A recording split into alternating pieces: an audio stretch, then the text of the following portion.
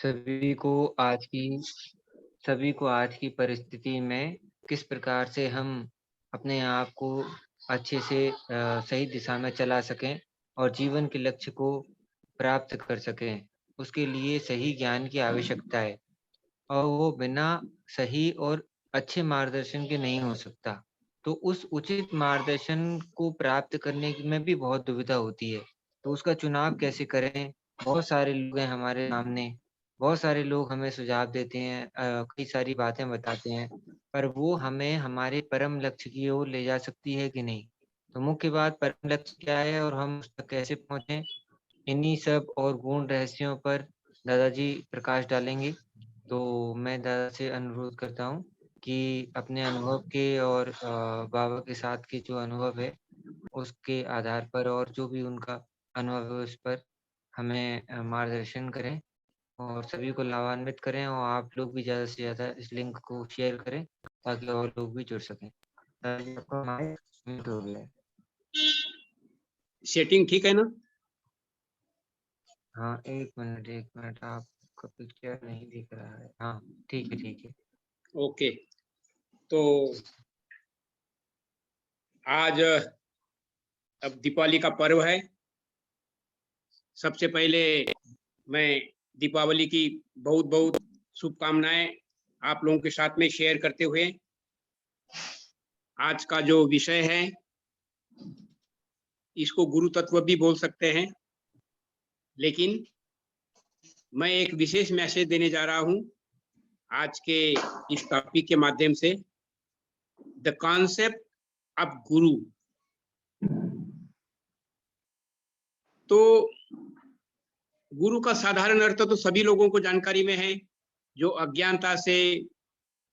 अज्ञानता रूपी जो अंधकार है, उससे मुक्ति दिलाने वाला, मतलब आत्मज्ञान की ओर ले चलने वाला ज्ञान जिस सत्ता के द्वारा प्राप्त होता है, वही रियल गुरु है। परंतु हम लोग चूंकि समाज में रहते हैं, तो समाज में अनेक कोटि के मार्गदर्शक है, जिसको कि साधारण भाषा में गुरु बोला जाता है। तो जो गुरु है वो मनुष्य कोटि के भी है।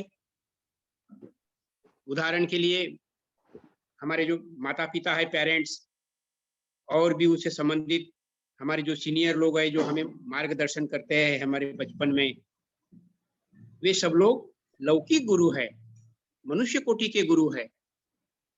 बड़े होने के बाद में हम कॉलेज यूनिवर्सिटी में भी जाते हैं, वहां भी हमें मार्गदर्शक मिलते हैं, तो वे लोग भी हमारे गुरु है, लेकिन वे लोग भी मनुष्य कोटि के गुरु है। जब हम आगे बढ़ते हैं तो ईश्वर कोटि के भी मार्गदर्शक मिलते हैं, जैसे ऋषि मुनि हुए, जिन्होंने साधना की, तपस्या किया।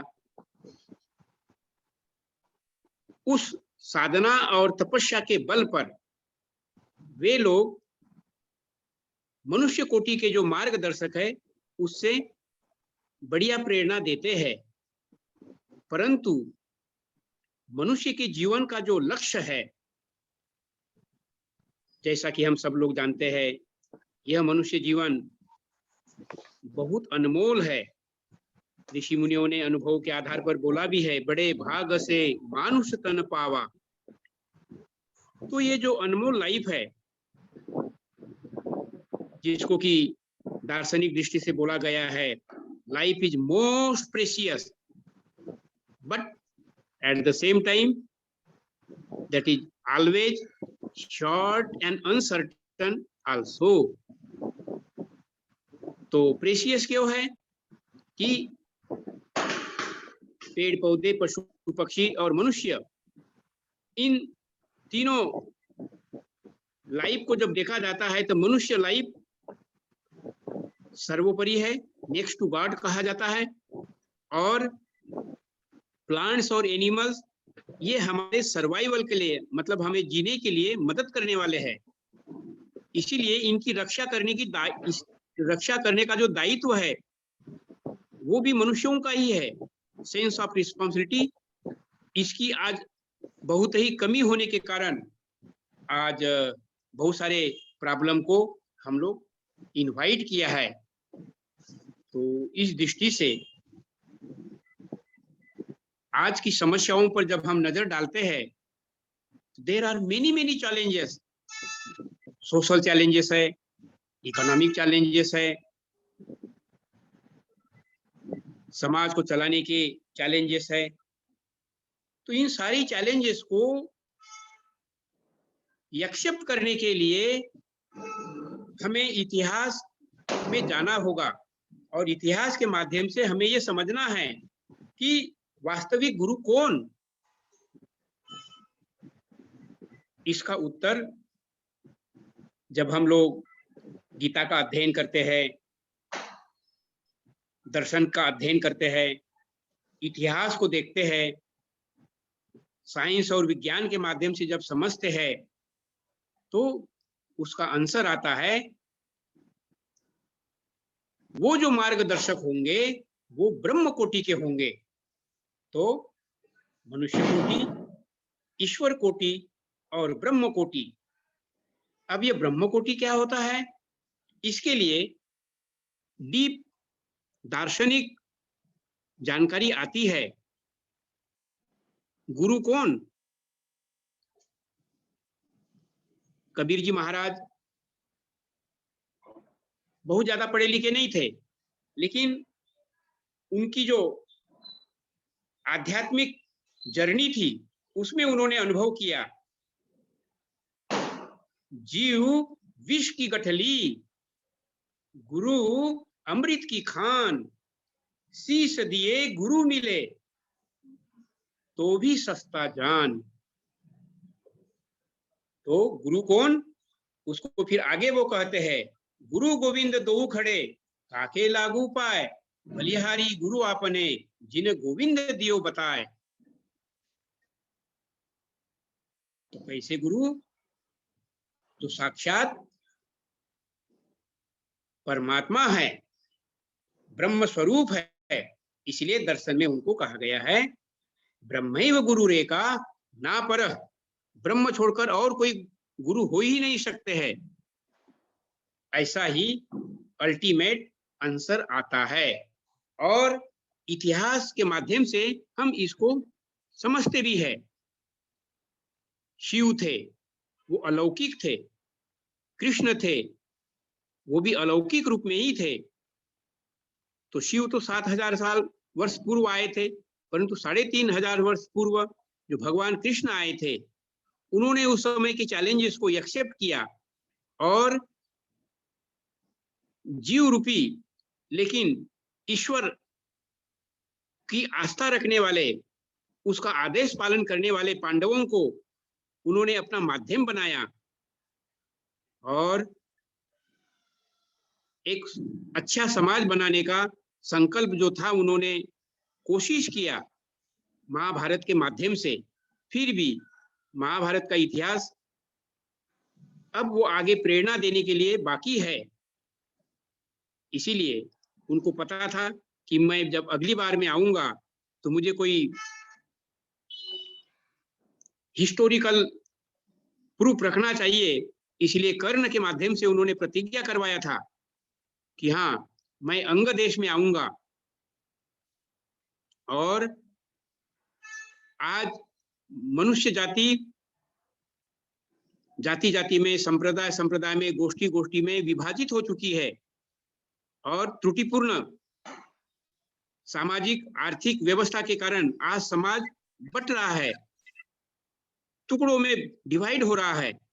ऐसे ही परिस्थिति में अब जो आने वाले जो गुरु होंगे, उस गुरु का जो रोल होगा वो सामाजिक भी गुरु और आध्यात्मिक भी गुरु। ऐसा उनको रोल जो शिव के रूप में उन्होंने किया था, कृष्ण के रूप में जो उन्होंने किया था, आज उसी चैलेंजेस के साथ उनको आना पड़ा, और हम लोगों को उन्होंने अपना अनुभव दिया है, अपनी अनुभूति दी है। इसीलिए हम जो मैक्सिमम लोग आज पार्टिसिपेंट्स है, हम लोग पुराने लोग हैं, और वे मैक्सिमम लोग ये जान रहे हैं कि गुरुदेव आनंद मूर्ति जी जिन्होंने हमें चुना है, ये हमारा सौभाग्य है। इसीलिए हम लोगों का दायित्व बनता है कि गुरुदेव आनंद मूर्ति जी उर्फ प्रभात रंजन सरकार, जिन्हें हम लोग प्यार में बाबा कहते हैं, तो उनका क्या कंट्रीब्यूशन है समाज के लिए,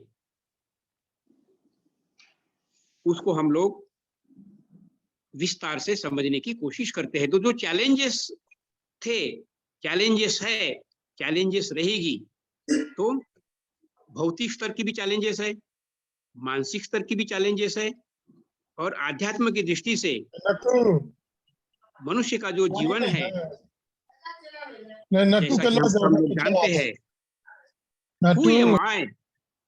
ये हमें हमारा जीवन के लक्ष्य को निर्धारित करता है। तो मैं कौन हूँ, मैं क्यों इस संसार में आया हूँ, कहाँ से आया हूँ, एक दिन सब लोगों को इस संसार को छोड़कर जाना है, मैं कहाँ जाऊंगा। तो इस दृष्टि से मनुष्य के जीवन का लक्ष्य निर्धारित हुआ है आत्म मोक्षार्थम।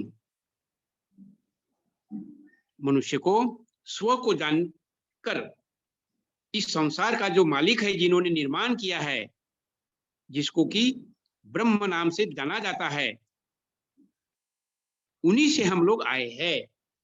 तो ब्रह्म किसे कहते हैं? बृहत्वाद ब्रह्म, बृहनत्वाद ब्रह्म, वो एक ऐसी सर्वोपरि सत्ता है जो स्वयं में अनंत है, जिसकी कोई सीमा नहीं है, और उनका स्मरण करने से जो साधक है वो भी ब्रह्ममय हो जाता है। बृहत्वाद ब्रह्म, बृहनत्वाद ब्रह्म, ऐसा उनका स्वभाव है। और मनुष्य की भी क्वालिटी वैसी ही है। आफ्टर प्लांट्स एंड एनिमल्स, ये जो मनुष्य जीवन मिला हुआ है, जैसा कि हम लोग जानते हैं फिलोसॉफिकली, वही परमात्मा, वही ब्रह्म is known as supreme consciousness. चरम चेतना है वो, सुप्रीम एनर्जी है वो।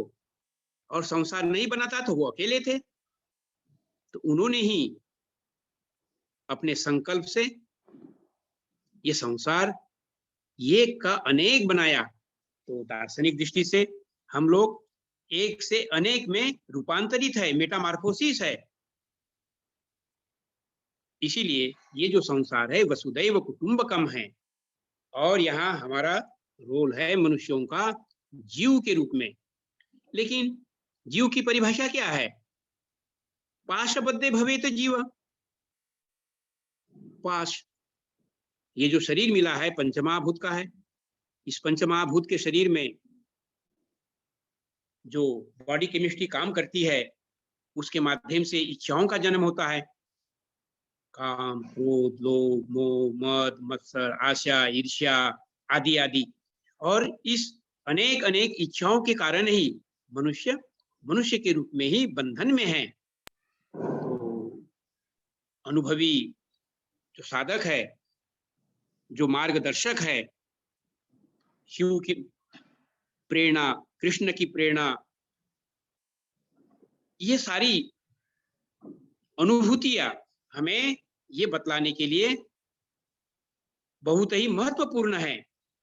हम लोग इच्छाओं की गुलामी के कारण ही जीव के रूप में हैं, वरना सही रूप में तो हम लोग शिव ही है। तो इसलिए वो परिभाषा भी वैसी ही है।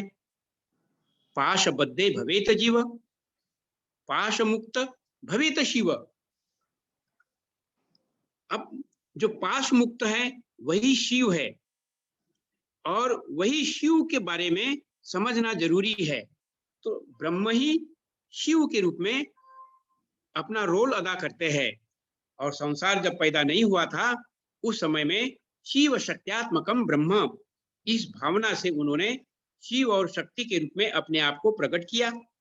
और शिव को ही, मतलब उसका फिर दूसरा नाम पुरुष, उस पुरुष रूपी शिव को, मतलब ब्रह्म को ही शिव के आदेश पर, अर्थात परम पुरुष ने आदेश दिया प्रकृति को, वो प्रकृति जो त्रिगुणात्मक है, सतोगुण, रजोगुण और तमोगुण। तो तमोगुण के माध्यम से ये संसार जड़मय है, उसी में हमारा ये शरीर है, ये पंचमहाभूत का शरीर है। ये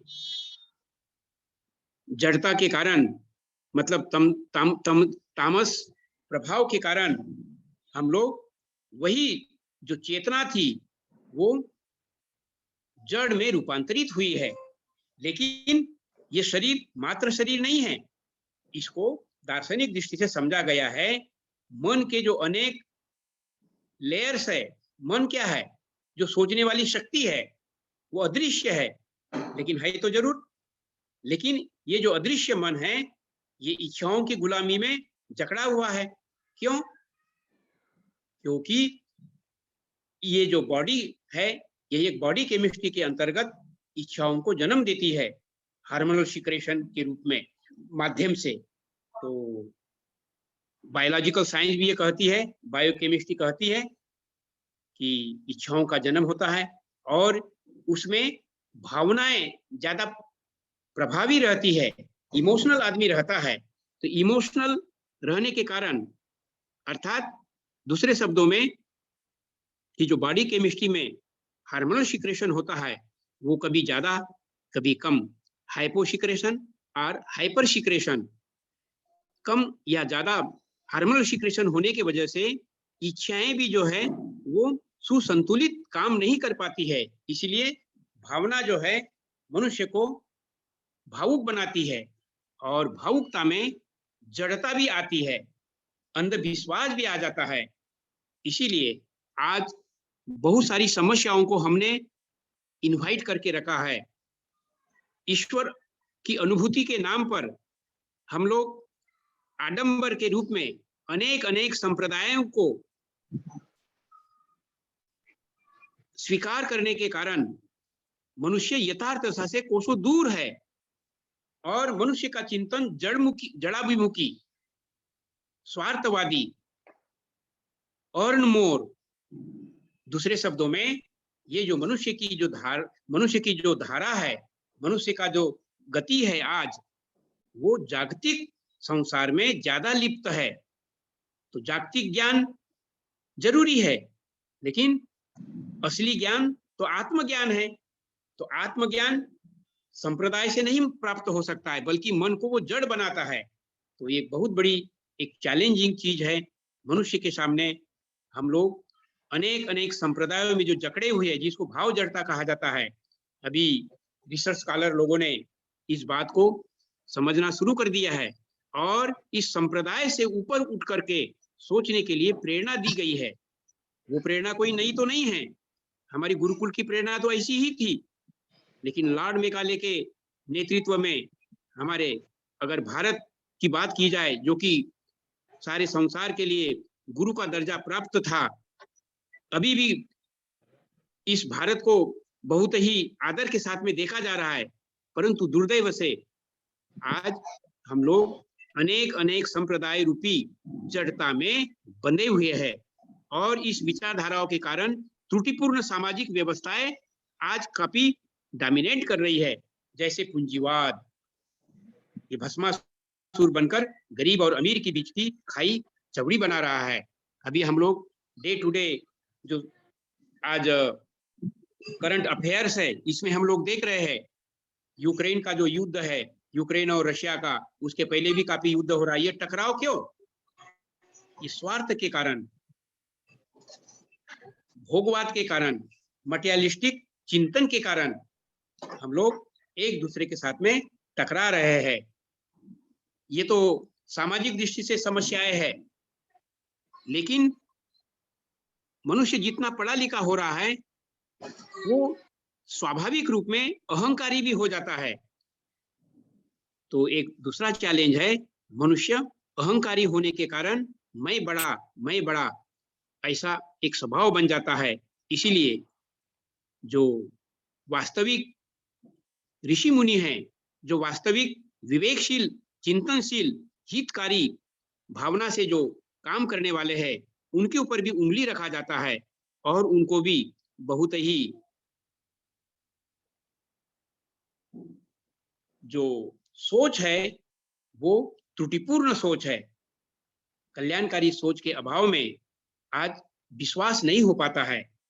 इसीलिए आवश्यकता है, ये जो हमारा सोचने का जो दायरा है, जिसको कि अहंकार कहा जाता है, इस बात को ख्याल में रखते हुए उसकी भी आवश्यकता है कि ये जो सोच हमारी अहंकार की है, इसको कैसे डाइल्यूट करें।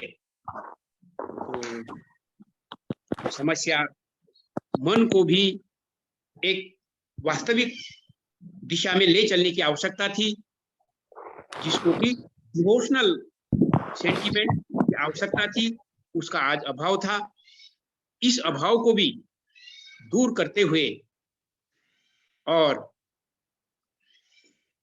ये जो मनुष्य जीवन है अहं ब्रह्मास्मि में इस्टेब्लिश हो सके, इसीलिए अष्टांग योग साधना के द्वारा ये जो मनुष्य के सोचने के जो दायरे हैं, जिसको कि कोश कहा जाता है, मनुष्य के लिए अन्नमय, काममय, मनोमय, अतिमानस कोश, विज्ञानमय कोश, हिरणमय कोश, इस तरह के जो लेयर्स अनकल्टिवेटेड है, उनको जागृत करने की विद्या, मतलब अध्यात्म विद्या, सांप्रदायिक विद्या नहीं।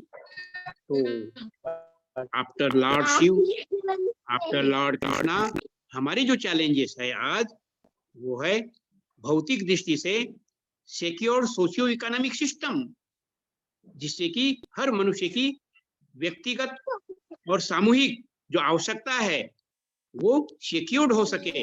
इसलिए सिक्योर सोशियो इकोनॉमिक सिस्टम भी इसको नजरअंदाज नहीं कर सकते हैं। और आज बहुत सारी समस्याओं का कारण ही यह है त्रुटिपूर्ण आर्थिक सामाजिक व्यवस्था। इसको ख्याल में रखते हुए आज के जो महापुरुष गुरुदेव आनंद मूर्ति जी के रूप में आए हैं, जो कि कृष्ण के रूप में उन्होंने वादा किया था, जदा जदा ही धर्मस्य ग्लानिर्भवति भारत अभ्युत्थानम अधर्मस्य तदात्मानं सृजाम्यहम् परित्राणाय साधूनां विनाशाय च दुष्कृतां धर्मस्य संस्थापनार्थाय संभवामि जुगे जुगे। आज हम लोगों के बीच में बहुत अच्छे लोग भी हैं, लेकिन अनऑर्गेनाइज्ड है, एकत्रित नहीं है। इसीलिए हमने पिछले क्लास में स्लोगन दिया था, दुनिया के नैतिकवादियों एक हो जाओ, डॉगमा नो मोर, नो मोर। इसके अलावा हमने अपने इस स्टडी सर्कल के माध्यम से ये भी जानकारी दी, अध्यात्म बिना शिक्षा अधूरी। तो ये जो हम लोगों ने मूवमेंट चलाया है दार्शनिक दृष्टि से, इसको हम और आप लोगों को थियरी में भी जानना है, मतलब उसको बढ़िया से क्लियर हो जाना है, और क्लियर होने के बाद में उसको 16 आना प्रैक्टिस में लाना है। क्यों? तो थियरी होती है, उसको जब तक हम व्यवहार में नहीं लाएंगे तो उसका रिजल्ट हमें अनुभव करने को नहीं मिलता है। और बहुत सारे लोग अज्ञानतावश कहते हैं कि यहाँ अध्यात्म सामाजिकता के साथ में नहीं जोड़ा जाता है। नहीं, एकदम गलत है, क्योंकि ये जो सामाजिकता जो है और आध्यात्मिकता है, ये एक दूसरे के पूरक है। और पूरक के रूप में कैसे है, इसको समझने के लिए हम लोगों ने एक टॉपिक बहुत पहले रखा था, subjective approach to realize the self but with the adjustment in the materialistic world. अर्थात इसका हिंदी में मीनिंग है कि मनुष्य के जीवन का लक्ष्य है आत्मज्ञान। आत्मज्ञान के माध्यम से मैं कौन हूं इसको जाने। लेकिन इसको जानने के लिए अब ये जरूरत नहीं है कि हम कंदरा में चले जाएंगे, गुफाओं में चले जाएंगे। नहीं, अब गुरुदेव आनंद मूर्ति जी ने इसको व्यवहारिक बनाया, और व्यवहारिक बनाते हुए ये प्रेरणा दी कि घर में ही रहो, डॉक्टर बन के, इंजीनियर बन के दुनिया की सेवा भी करो। क्यों कि जो डॉक्टर बनते, इंजीनियर बनते, उनको भी मकान की जरूरत है, कपड़ा की जरूरत है, भोजन की जरूरत है, तो ये तो किसान लोग के माध्यम से प्राप्त होती है। तो समाज में रहते हुए कोऑर्डिनेटेड कोऑपरेशन की जो कमी आई है, अर्थात एक सुंदर सामंजस्य युक्त समाज में रहना, वसुधैव कुटुंबकम इस भावना के तहत उसका अभाव हो चुका है। इसीलिए अध्यात्म के उस मार्ग के द्वारा हम अपना जो ईगो है उसको डाइल्यूट करते हैं, इच्छाओं पर काबू पाते हैं, और इच्छाओं पर काबू पाने के बाद जो अनुभूति आती है वो अनुभूति होती है अहं ब्रह्मास्मि, मैं वो ईश्वर पुत्र हूं, मैं इस संसार का एक सदस्य हूं। लेकिन ये संसार में जो मैं रह रहा हूं, मुझे संसार से बहुत सारी चीजें मिल रही है, इसलिए मेरा भी दायित्व बनता है कि मैं भी संसार को अपनी तरफ से सेवा कर सकूं। इसलिए objective adjustment in the materialistic world, इस समाज में रहते हुए एक तालमेल बनाते हुए वसुधैव कुटुंबकम की स्थापना करने के क्रम में जीवन के दो पहलू उजागर होते हैं, आत्ममोक्ष एंड जगत हित। आत्ममोक्षार्थम जगत हितायश्च, यही है subjective approach to realize the self, but living in the this colourful world with the harmony. एक सुंदर सामंजस्य, एक तालमेल बनाते हुए, एक बैलेंस बनाते हुए, ऐसी आवश्यकता थी जो कि गुरुदेव आनंद मूर्ति जी ने प्रऊत नाम से एक सुंदर दर्शन दिया है, जिसके माध्यम से निम्नतम आवश्यकताओं की पूर्ति करते हुए, सिक्योर सोशियो इकोनॉमिक सिस्टम देते हुए, भौतिक समृद्धि, एक दार्शनिक शब्द है प्रमा, तो भौतिक समृद्धि के माध्यम से ही फर्स्ट स्टेज ऑफ द प्रमा, उसको हम बैलेंस कर सकते हैं। लेकिन ये जो भौतिक समृद्धि बनी रहेगी तब तक जब तक हमारा मन इच्छाओं से ऊपर उठेगा और उसमें त्याग की भावना आएगी, लेकिन उसमें बाधा बनती है हमारा अहंकार। इसीलिए गुरुदेव आनंद मूर्ति जी ने आध्यात्मिक सामाजिक मानसिक रिद्धि के लिए उन्होंने नव्य मानवतावाद एक ऐसा दर्शन दिया है। और ये जो चीजें मैं जो बोल रहा हूं, ये स्टडी करते हुए इसको जीवन में उतारने के लिए आवश्यकता है। इसीलिए हम लोग प्रैक्टिकल गाइडलाइन भी देते हैं। हमारा सौभाग्य है कि हमने उनको समझा है, उन्होंने बड़ी कृपा की कि हम लोग जुड़ चुके हैं उस सत्ता के साथ, और उनका ये जो गोल्डन मैसेज है जो कि आज दुनिया को जानना अभी बाकी है, उस दायित्व को हम सन्यासी के रूप में भी और गृही के रूप में भी सबकी एक ड्यूटी बनती है कि हम उस न्यू मैसेज को इस दुनिया को बतावे दैट लॉर्ड हैज कम। तो मैं इस टॉपिक के माध्यम से वास्तविक गुरु कौन, इसको समझाने के क्रम में यही मैं आगे कहना चाह रहा हूं कि जो गुरु की जो चैलेंजेस होती है वो आज बृहद चैलेंजेस है, सामाजिक भी और आध्यात्मिक भी। तो सामाजिक गुरु के रूप में भी रोल अदा करना था और आध्यात्मिक रूप में भी रोल अदा करना था। तो सामाजिक गुरु के रूप में उन्होंने सिक्योर सोशियो इकोनॉमिक सिस्टम के रूप में प्रभुत्व दिया है, प्रगतिशील उपयोग तत्व। इसके क्लासेस हम लोगों ने अनेक बार लिया है, और विशेष जानकारी के लिए आप लोगों से आग्रह है, अलग से आप संबंध स्थापित करेंगे और इसकी हम लोग जानकारी देते रहते हैं, क्लास कंटिन्यूसली चलते रहते हैं। तो आज के इस विषय के माध्यम से हम यही जानकारी देने जा रहे हैं कि जिस योग्य गुरु की आवश्यकता थी, इस मानवता का बहुत बड़ा सौभाग्य है कि वो कॉम्पिटेंट गुरु शिव के बाद, कृष्ण के बाद बाबा आनंद मूर्ति जी के रूप में आए, और उन्होंने सिक्योर सोशियो इकोनॉमिक सिस्टम के रूप में विकेंद्रित अर्थव्यवस्था युक्त, विकेंद्रित क्यों? क्योंकि अगाध संपदा आज चंद हाथों में सिमट चुकी है, और ये बात उजागर हो चुकी है। इसका समाधान किसी के पास में भी नहीं है। अभी प्रसंगवत ब्रिटेन की मिनिस्ट्री भारतीय मूल के ऋषि सुनक जी के हाथ में आई हुई है। वो बहुत अच्छे इंसान हैं, धर्म के रास्ते पर चलने वाले हैं, लेकिन आज का जो समाज त्रुटिपूर्ण व्यवस्था के कारण गरीब और अमीर के बीच में लपेट में आ चुका है। इसीलिए ये एक सामाजिक शांति भंग हो रही है। इस वजह से आज इस समस्या को ख्याल में रखते हुए ये सामाजिक अर्थनैतिक दर्शन दिया है और ये विशेष रूप से स्टडी करने की जरूरत है।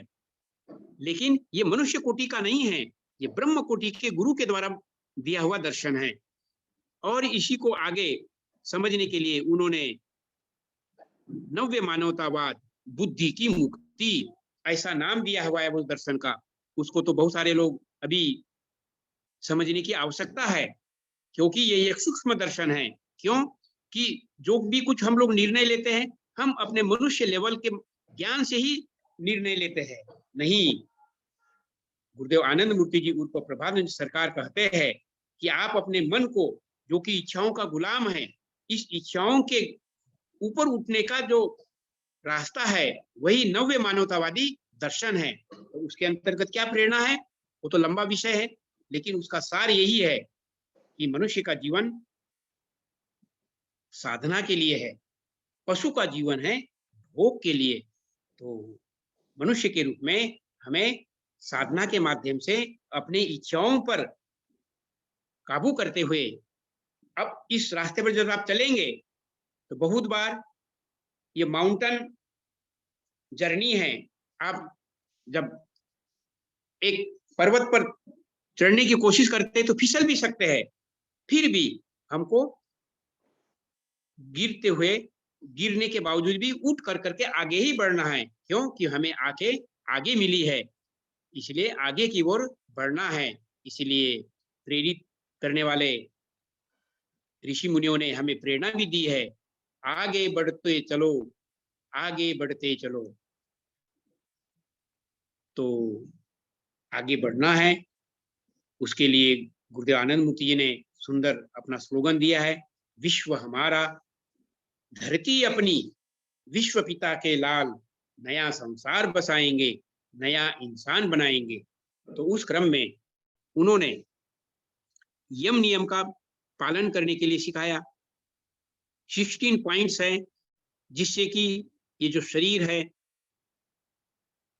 ये जड़ता का सूचक है, तमोगुणी प्रधान है। तो इससे उसको कैसे हम सबलाइम कर सके, सूक्ष्म कैसे कर सके, इसीलिए यम नियम, भोजन कैसे, शुद्ध सात्विक भोजन, जिसको कि प्रमिताहार कहा गया है। और ये शरीर रूपी यंत्र है, इसकी डाइजेशन सिस्टम ठीक रह सके, डायनामिक सिस्टम बनी रहे, उसके लिए उपवास भी बहुत जरूरी है। इसके अलावा सोने में सुगंध किया है उन्होंने, 2 एक्सरसाइज और भी ऐड किया है, कौशिकी नृत्य और तांडव नृत्य। इस तरह से भौतिक दृष्टि से समृद्धि पाने के लिए, शारीरिक स्वस्थता, फिजिकली फिटनेस के लिए ये सारे उपाय दे रखा है। और आर्थिक दृष्टि से सिक्योर सोशियो इकोनॉमिक सिस्टम, भौतिक समृद्धि के लिए, जैसा कि मैंने अभी थोड़ा देर पहले कहा।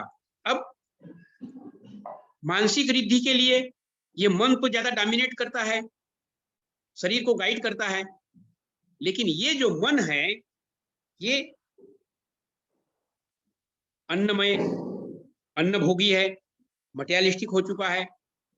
मटेरियलिस्टिक जागतिक चिंतन के कारण ज्यादा भोगवादी हो चुका है।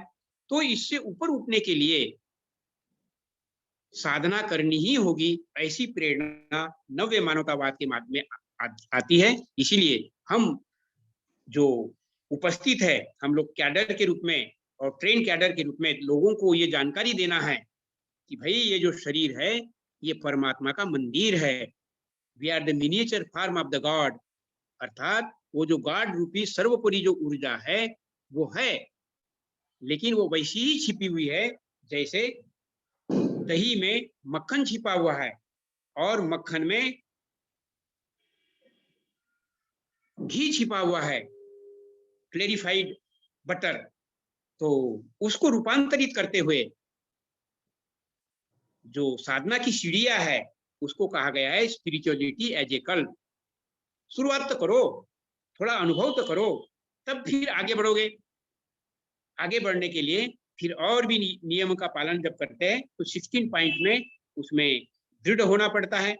और 16 पॉइंट में जब हम परिपक्वता लाते हैं तो हमारा जो अन्नमय कोश है, काममय कोश है, मनोमय कोश है, वो अति कोश में रूपांतरित होता है और विज्ञानमय कोश, हिरणमय कोश के रूप में वो सूक्ष्म अपने जीवन के लक्ष्य को समझने के लिए एक अनुकूल परिवेश पैदा होता है। तो वो जो अनुभूति आती है आध्यात्मिक सिद्धि, तो आध्यात्मिक सिद्धि, मानसिक रिद्धि और भौतिक समृद्धि, तो भौतिक स्तर, मानसिक स्तर और आध्यात्मिक स्तर, ये व्यक्तिगत जीवन में भी है और सामाजिक जीवन में भी है। और इसमें कोई संतुलन नहीं था, इसलिए इसमें संतुलन स्थापित करने के लिए प्रमा के माध्यम से ये दर्शन, नव्य मानवतावादी दर्शन, उसको इस्टेब्लिश जब हम अपने जीवन में करते हैं तो जो निचोड़ है, जो सार है, वो निकल के आता है सामने। ये जो मनुष्य जीवन है, ये मनुष्य जीवन miniature form of the God है। इसीलिए वो जो गुरु है, उस गुरु को हमको फाइनली आत्मविश्वास के साथ में एक्सेप्ट करना है, क्योंकि वो सफलता की सीढ़ी है, विश्वास। और ये बात जो हमारे प्रथम गुरु के रूप में आए थे इस संसार में, उन्होंने ये प्रेरणा दी पार्वती के माध्यम से, पार्वती को साक्षी रखते हुए।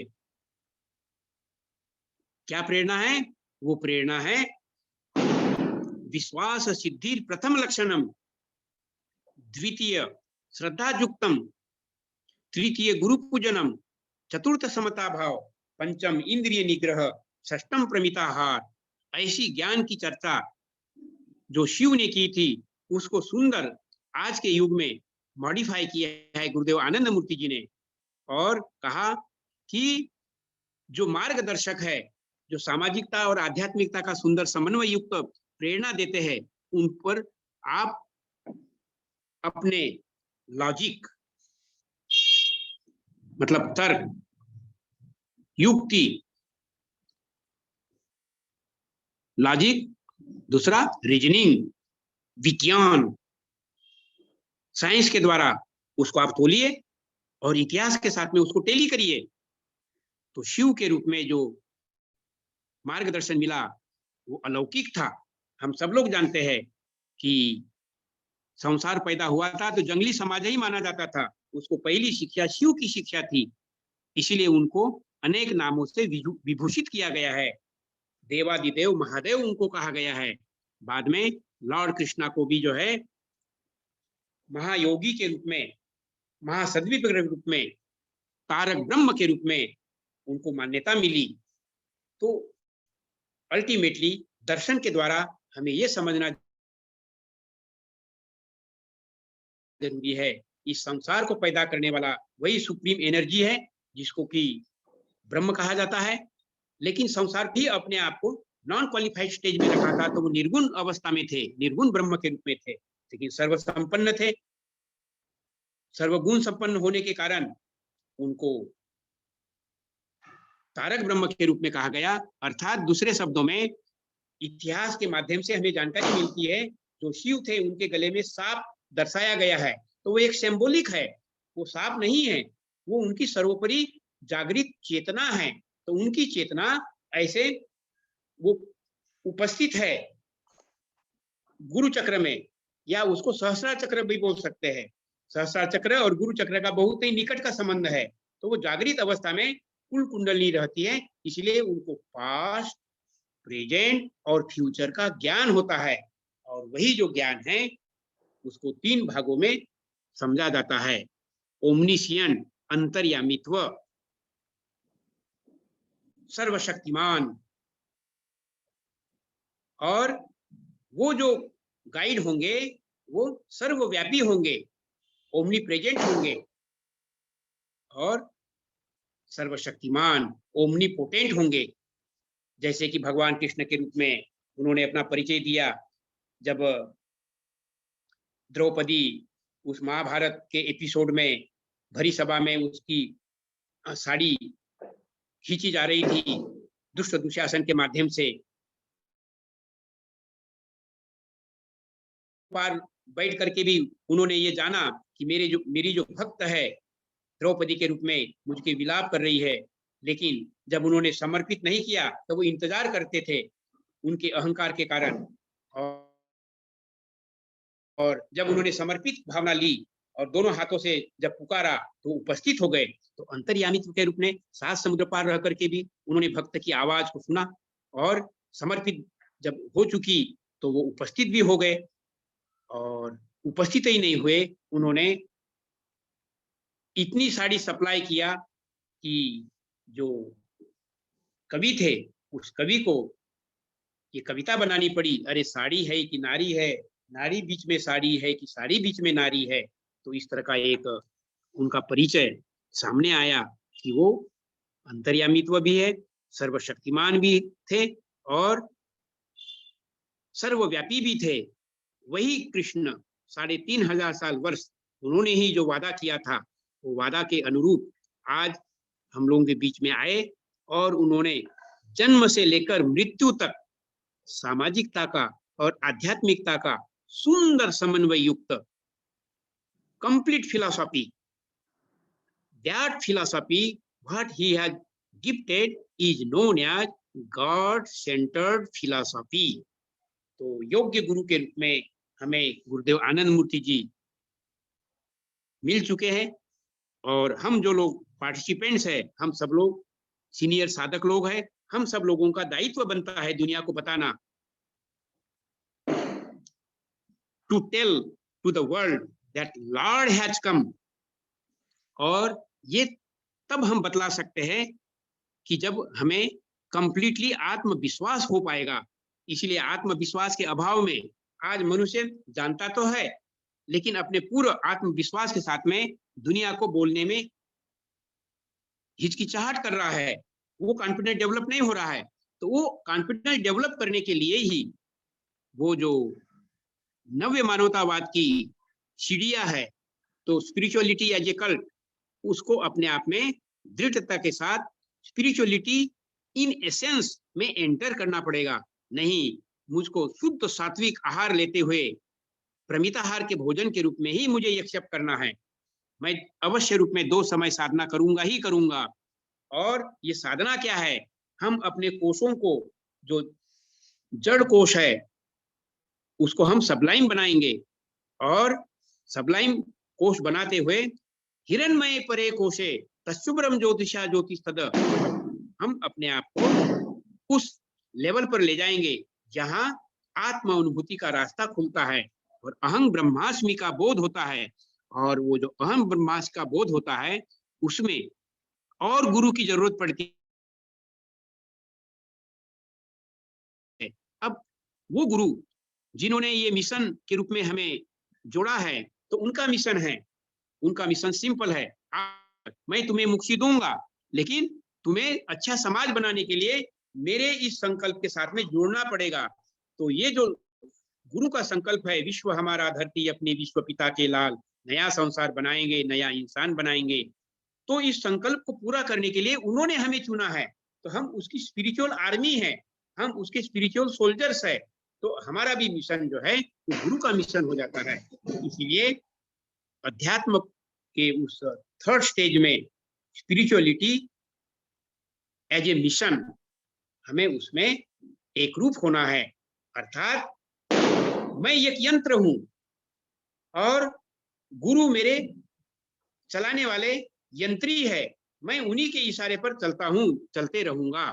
और एक अच्छा समाज बनाने में गुरु का जो संकल्प है उसको स्थापित करने के लिए मैं अपना योगदान तन मन और धन से अवश्य दूंगा। तो इस कमिटमेंट के साथ जब हम आगे बढ़ते हैं, 16 पॉइंट में इस्टेब्लिश होते हैं, उसके पहले यम नियम में इस्टेब्लिश होते हैं, और एक आदर्श जीवन जीने की कला जब आ जाती है, तो जो सर्वोपरि चेतना है उसके साथ में जब जुड़ते हैं, तो वो सर्वोपरि जो चेतना है वही हमें विवेक के रूप में गाइड मिलता है।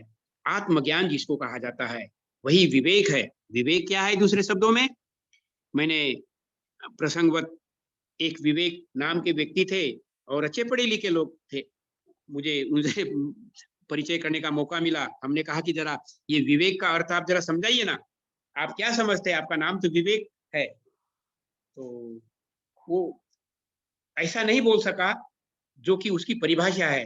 विवेक का मतलब है ये power of discrimination. Power of discrimination का मतलब, नहीं नहीं ये बिल्कुल सही है, नहीं नहीं ये बिल्कुल गलत है, ऐसे समझने की क्षमता। तो जिसमें विवेक आएगा उसमें वैराग्य आएगा। विवेक और वैराग्य के द्वारा ये संसार का जो ये संसार की जो संपदाएं हैं, वो सारी संसार की संपदाएं हमें उपभोग करने के लिए मिली है, होल्ड करने के लिए नहीं मिली है, संग्रह करने के लिए नहीं मिली है। उसका ज्यादा से ज्यादा विवेकशील ढंग से इस्तेमाल करने की जरूरत है। ऐसा भाव अपने में भी लाना है और दूसरों को भी इस भाव में एजुकेट करना है। तो एक ऐसा दर्शन जिसका अभाव था, जिसके अंतर्गत सेल्फ सेंटर्ड फिलॉसफी आज डोमिनेट है, मैटर सेंटर्ड के रूप में डोमिनेट है, जिसको कि पूंजीवाद के रूप में सेल्फ सेंटर्ड कहा जाता है, साम्यवाद के रूप में मैटर सेंटर्ड कहा जाता है, और डॉगमा सेंटर्ड जितने भी रिलीजन्स है आज जड़ता में रूपांतरित हो चुके हैं। इस सारे समस्याओं का समाधान लेकर गुरुदेव आनंद मूर्ति जी शिव के बाद, कृष्ण के बाद आए हैं। उन्हीं को, उनके जो अनुभवी साधक लोग हैं, वे लोग उनको तारक ब्रह्म के रूप में जानते हैं। तारक ब्रह्म, तो तारक ब्रह्म का परिभाषा क्या है? भाव भावातीत सेतु तारक ब्रह्म। भाव मतलब ये कलरफुल वर्ल्ड, सगुण ब्रह्म, जो कि ब्रह्म ने ही निर्गुण भावना से, निर्गुण अवस्था से आगे बाहर आते हुए एकोहम बहुश्यामी का भावना लिया और एक का उन्होंने अनेक बनाया। तो एक से अनेक बनाने का मतलब क्या हुआ कि that same supreme energy, that supreme consciousness, that infinite Brahma, that infinite energy, that supreme energy has been transform. और ये संभव था, संभव है, और वही एनर्जी के रूप में रूपांतरित हुई एक में अनेक। इसीलिए उस परमात्मा की एनर्जी हम और आप में सब में है। तो वो जो जितना जानकार है वो उतना उस एनर्जी को अनुभव करता है, और उसी के आधार पर हम उसको बोलते हैं, अरे this man is very much energetic. तो वो एनर्जी हमारी अपनी इंडिपेंडेंट एनर्जी नहीं है। वो एनर्जी किसकी है? वो जो एनर्जी है उसको संस्कृत में शक्ति भी कहा जाता है। तो वो जो शक्ति का स्रोत है, उस एनर्जी का जो स्रोत है, शक्ति का शिवश्व शक्ति, इस संसार का जो मालिक है ब्रह्म, सुप्रीम कॉन्शियसनेस, उसी को दर्शन की भाषा में शिव भी कहा गया है। तो वो शिव की शक्ति है। तो उस शिव के शक्ति से ही हम लोग सुशोभित है, और वो हर एक व्यक्ति में चूंकि छिपी हुई है, उसी को कल्टीवेट करने के लिए जो गुरु मार्गदर्शक के रूप में आते हैं, वही गुरु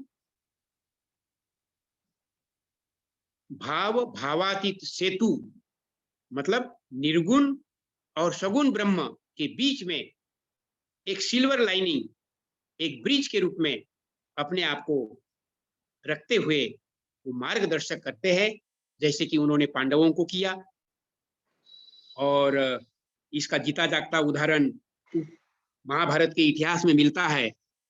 भगवान कृष्ण जब जरूरत पड़ती थी तो पांडवों को अचानक आकर के मिलते थे, तो वो शरीर के रूप में तो इतना जल्दी नहीं हो सकता था। तो वो सर्वव्यापी है, ओमनी प्रेजेंट है, और जहां भीम अपने आप को, अर्जुन अपने आप को बहुत ही वीर के रूप में मानते थे, तो वहां जहां फेल होते थे वहां भी वही मार्गदर्शन करते थे। ऐसे ही कृष्ण कोटि के, ऐसे ही शिव कोटि के गुरु आज इस कल की अवतार के रूप में गुरुदेव आनंद मूर्ति जी के रूप में हमें मिले हैं। ये हमारा बहुत बड़ा सौभाग्य है, लेकिन ये हम लोगों को ही जानकारी है, दुनिया को अभी जानकारी नहीं है। अब दुनिया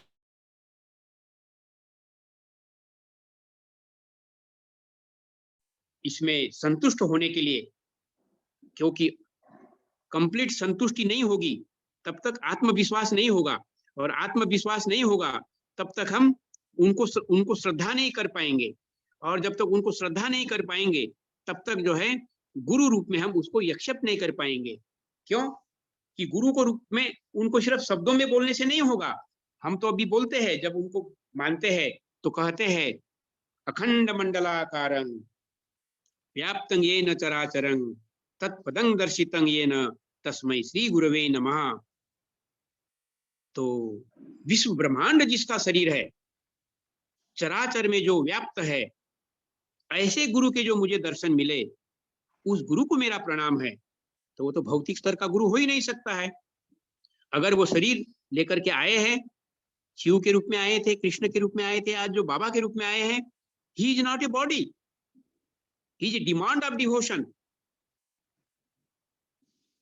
इस रूप में वो अपना परिचय देते हैं। इसीलिए गुरु श्रद्धा के पात्र है, तो श्रद्धा ही नहीं, गुरु पूजनम, गुरु पूजनम के रूप में तंत्र की जो प्रेरणा है, मंत्र मूलम गुरु वाक्यम, गुरु की जो शिक्षा है उसको अब मंत्र के रूप में एक्सेप्ट करनी है, वो डूज एंड डोंट्स के रूप में उसको फॉलो करना है, तब हम उनके उस आदेश पर चलना माने बोलेंगे। तो इसलिए 16 पॉइंट में आरूढ़ होते हुए, यम नियम में प्रतिष्ठित होते हुए हमें गुरु के आदेश का पालन करना है। फिर आगे चर्याचर्य के माध्यम से हमें उस चर्याचर्य के नियम से समाज में रहना है, समाज के नियमों को पालन करते हुए। तो मंत्र मूलम गुरु वाक्यम, नेक्स्ट पूजा मूलम गुरु पदंग, वही मेरे प्रेरणा के स्रोत है और मैं उनकी ही सेवा कर रहा हूं। ये संसार उन्हीं का रूपांतरित रूप है। माधव सेवा ही मानव सेवा ही माधव सेवा है। इस रूप में जब अनुभूति आती है तो वो समाज का एक सुंदर सेवक रहता है सेवा भावना से, और इस संसार को परम पुरुष की संतान मानते हुए वसुदैव कुटुंबकम के रूप में वो सेवा करता है। मंत्र मूलम गुरु वाक्यम, पूजा मूलम गुरु पदम। तो ये सेवा दो तरह की, एक तो इस संसार के परम पुरुष जो उन्होंने अपने आप को एक से अनेक में रूपांतरित किया, वो अवहेलित मानवता की सेवा, और आंतरिक सेवा है गुरु सेवा। उस गुरु सेवा के लिए आगे का जो प्रेरणा है, आगे की जो प्रेरणा है वो है ध्यान मूलम गुरुर मूर्ति। ऐसा क्यों? तो ये जो हमारा माइंड है ये सोचते रहता है, और जैसा सोचता है वैसा ही बनता है। इसीलिए उन्होंने सुंदर अध्यात्म का ये विज्ञान जो दिया है, दिस इज सुपर साइंस। कैसे ये सुपर साइंस है? ये सुपर साइंस इस रूप में है कि मनुष्य जो सोचता है वही बनता है। तो गुरुदेव ने हमें बहुत कृपा करते हुए ऐसा लक्ष्य दिया है जो कि अदृश्य है, आंखें उन्हें देख नहीं सकती है, लेकिन वो कण कण में व्याप्त है। चराचर में व्याप्त होने के कारण उस वो अदृश्य सत्ता को, जिसको कि हम लोग कवि के रूप में बोलते हैं, तुमी नयन माजारे रोएचो ताई नयन पारे ना देखीते। हे प्रभु, तुम मेरे आंखों में ही रहते हो, इसके बावजूद भी मैं तुझे देख नहीं पाता हूं, इतने वो सूक्ष्म है। तो उस सूक्ष्म को पकड़ने के लिए ही गुरु एक समाधान बन करके आते हैं और वही ध्यान का लक्ष्य बनते हैं। तो वही हमारे ऑब्जेक्ट है। अब मैं हमारा ऑब्जेक्ट क्यों कह रहा हूं? क्योंकि हम उनके विषय है, हम उनके मन के भीतर में रहते हैं, तो वही हमको देख रहा है, तो हम उनके विषय है और वो हमारे ऑब्जेक्ट हो जाते हैं। तो ये एक दार्शनिक एक्सप्लेनेशन है। सिंपल वे में उसको सिंपल बनाने के लिए एक दूसरा श्लोक है, धर्मस्य तत्वम निहितम गुहायाम। गुहा मतलब मैंपन। हर व्यक्ति मैं अहंकार के रूप में बोलता है।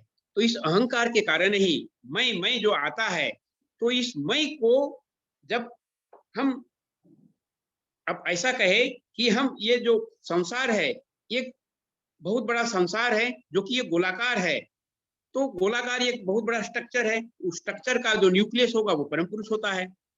परमशिव पुरुषोत्तम विश्वस्य केंद्रम, तो वो केंद्र है सारे संसार का। और हम प्लांट्स के रूप में कभी थे, अभी प्लांट्स के रूप में बहुत सारे लोग हैं, एनिमल के रूप में है, लेकिन हम लोग बहुत सौभाग्यशाली है कि मनुष्य के रूप में हम उनको पहचानने के लिए कटिबद्ध है, हम उस पर अग्रसर है। तो हम उसको जानने के क्रम में किसी की दूरी कम है तो किसी की दूरी ज्यादा है, तो उस न्यूक्लियस से ही वो दूरी नापी जाती है। पेरीफेरी में हम लोग कहीं किसी जगह पर है, तो वो पेरीफेरी के नजदीक, पेरीफेरी की जो दायरा है उसको कम करते हुए साधना के द्वारा हम उसके निकट आते हैं। तो ये जो साधना है, ये साधना कही जाएगी मानसा आध्यात्मिक साधना। तो मानसा आध्यात्मिक साधना के द्वारा हम लोग अपने मन को विस्तार करते हैं, मतलब हम अपनी जो सोचने की शक्ति है उसको एक्सपांड करते हैं, और ये एक्सपांड करने के क्रम में हम उस भावना में प्रतिष्ठित होते हैं, अहं ब्रह्मास्मि। तो अहम ब्रह्मास्मि का बोध लाने के लिए practice makes a man perfect. तो प्रैक्टिस में हम लोग उसमें पारंगत होते हैं। तो इसमें गुरु का रोल सर्वोपरि है। अब वो गुरु ना तो वो मनुष्य कोटि का गुरु कॉम्पिटेंट हो सकता है, ना तो वो ईश्वर कोटि का गुरु कॉम्पिटेंट हो सकता है, मात्र ब्रह्म कोटि का ही गुरु कॉम्पिटेंट रूप में हमें वो मार्गदर्शन दे सकता है। और उन्हीं के मार्गदर्शन में हम लोग इस संसार को, उनका जो फार्मूला दे रखा है, subjective approach to realize the self through objective adjustment, अर्थात ये जो सुंदर समाज जो बनाया गया है, इस संसार में ही रहो, इसको त्याग करके जंगल में, गुफाओं में, कंदराओं में जाने की जरूरत नहीं है। डॉक्टर बन करके, इंजीनियर बन करके, रिसर्च स्कॉलर बन करके, प्रोफेसर बन करके, टीचर बन करके, फार्मर बन करके समाज में हम यथा योग्य जो सेवा दे सकते हैं वो सेवा देना है। तो ये हो गई जागतिक सेवा। लेकिन वास्तविक सेवा है आत्मज्ञान की सेवा। क्यों कि सेवा भी 4 प्रकार की होती है, शूद्रोचित सेवा, क्षत्रियोचित सेवा और आध्यात्मिक सेवा, विप्रोचित सेवा जिसको बोला जाता है। तो ये जो विप्रोचित है, ये सिर्फ जागतिक ज्ञान का भी ज्ञान दे सकती है और अध्यात्म ज्ञान भी दे सकते हैं। वो जो विप्र की जो सेवा होगी वो अध्यात्म युक्त सेवा होगी। इसीलिए आज की जो शिक्षा अध्यात्म विहीन है, इसीलिए हम लोगों का जो स्लोगन है, अध्यात्म बिना शिक्षा अधूरी। तो ऐसा ज्ञान, ऐसी सेवा, इसकी भी आवश्यकता है। तो इसमें पारंगत होने के लिए वो जो ऊर्जा मिलेगी वो गुरु की कृपा से ही मिलती है। इसीलिए कहा गया है मंत्र मूलं गुरुर्वाक्यम, पूजा मूलं गुरुपदं, ध्यान मूलं गुरुर्मूर्ति, मोक्ष मूलं गुरु कृपा। तो इस तरह से जब हम गुरु का चयन करते हैं तो वो गुरु काफी एक्सेप्शनल गुरु के रूप में आते हैं। वैसे समय काफी हो रहा है, मैं यहाँ के जो ऑर्गेनाइजर लोग हैं, यूपीवाईएफ यूनिवर्सल प्राउटिस्ट, यूथ फेडरेशन के रूप में ये जो ऑर्गेनाइज किया गया है और मुझे सजेस्ट किया गया था कि गुरु तत्व पर कुछ चर्चा आज इस क्लास के माध्यम से दिया जाए, तो उसी को मैंने कहा, कॉन्सेप्ट ऑफ तारक ब्रह्म। तो ये एक बृहद विषय है। इस विषय को और भी जस्टिस करने के लिए टाइम चाहिए, समय की लिमिटेशन में, और बहुत सारे लोगों का आज उपवास भी होगा। कम से कम जो साधु हमारे सन्यासी दादा लोग हैं, दीदी लोग हैं, उन लोगों ने आज मैक्सिमम लोगों ने ये अमावस्या का व्रत रखा है। तो बहुत ज्यादा समय न लेते हुए मैं कंक्लूड करने के क्रम में, ये जो गुरुदेव हमें प्राप्त हुए हैं, जो कि हमारे सोर्स ऑफ इंस्पिरेशन है, जिसके अंतर्गत उनसे हमें विवेक और वैराग्य प्राप्त होता है, ऐसे ही सदगुरु को आज के इस परिवर्तन की बेला में, वैचारिक क्रांति के बेला में, हम उनको एक और नाम दिया है, महासद्विप्र। जो शिव के रूप में आए थे, कृष्ण के रूप में आए थे, आज गुरुदेव आनंद मूर्ति जी के रूप में आए हैं, और वही उन्होंने ही संकल्प लिया है, दुनिया के नैतिकवादियों एक हो जाओ। अब वो जो दुनिया के नैतिकवादी एक हो रहे हैं हम लोग, वो मात्र नैतिकवादी नहीं, अध्यात्मवादी नैतिकवादी, अध्यात्मवादी नैतिकवादियों को ही कहा गया है सद्विप्र। सद, सद माने सद्गुणी, सद्गुणी जिसकी चिंतन धारा पवित्र होगी, जिसका आचरण पवित्र होगा, आदर्श जीवन के साथ में वो बुद्धिमान होंगे। आज की समस्याओं के समाधान के लिए जहां समस्याएं हैं, उन समस्याओं के जड़ में जाकर उसके जो कारण हैं, वो जो बाधाएं हैं, उसको दूर करने वाले, अर्थात ये जो सद्विप्र लोग होंगे, they will fight against the immorality, they will fight against odds, मतलब जहां भी कहीं अन्याय हो रहा है उसके विरोध में आवाज उठाने वाले होंगे। ऐसे सद्विप्र, उनको कहा गया है physically fit, mentally strong and spiritually elevated. तो जो आध्यात्मिक दृष्टि से उन्नत होंगे, जिसमें विवेक और वैराग्य होगा, उसके माध्यम से वो डिस्क्रिमिनेट करेंगे, हाँ ये बहुत अच्छी चीज है, तो उसको प्रमोट करेंगे।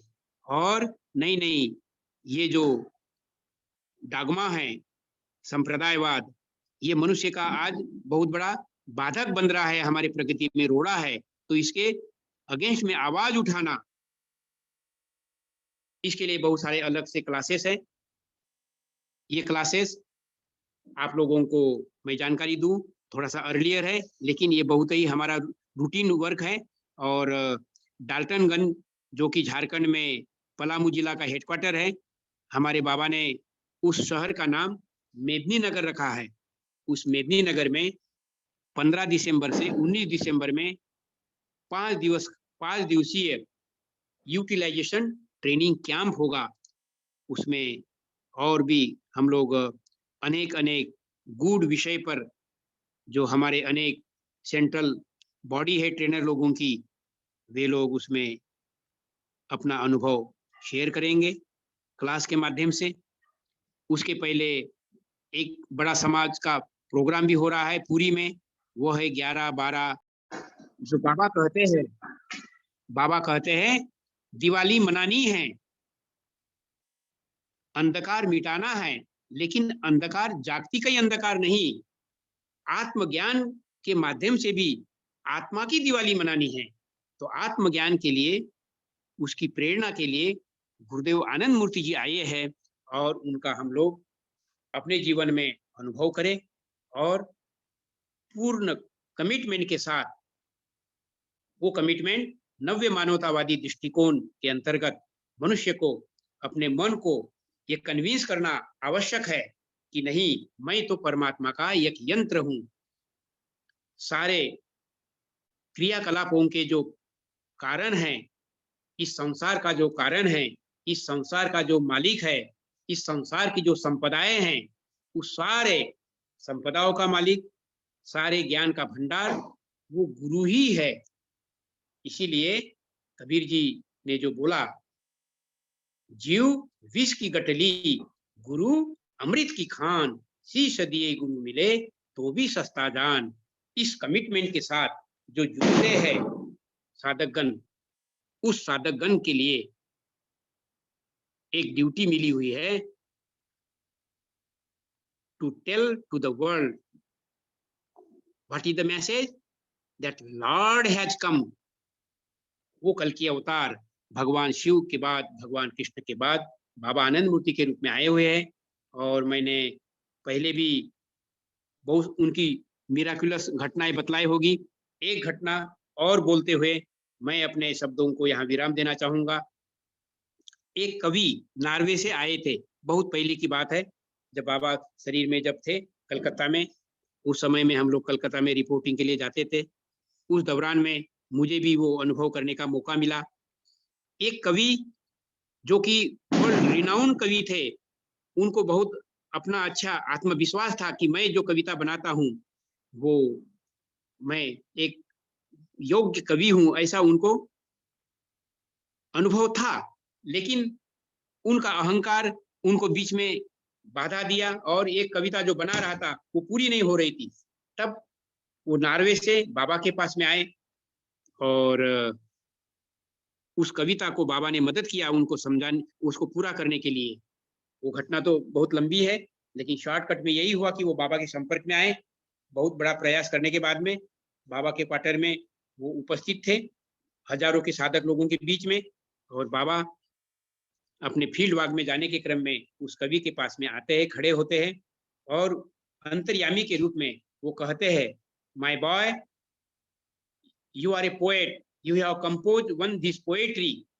तुम कवि हो और तुमने एक कविता बनाई है, लेकिन वो कविता इनकम्प्लीट है। और वो अपने से सुना देते हैं, जबकि दोनों कवि पहले मिले ही नहीं। वो कविता जब उन्होंने सुना दिया तो वो एक्सेप्ट करते हैं, yes Baba, this is my poetry, but my boy, this poetry is incomplete. तो वो जो पूर्ण नहीं हुई है, तुम उसको पूर्ण करना चाहते हो ना? यस बाबा, I want to make it complete.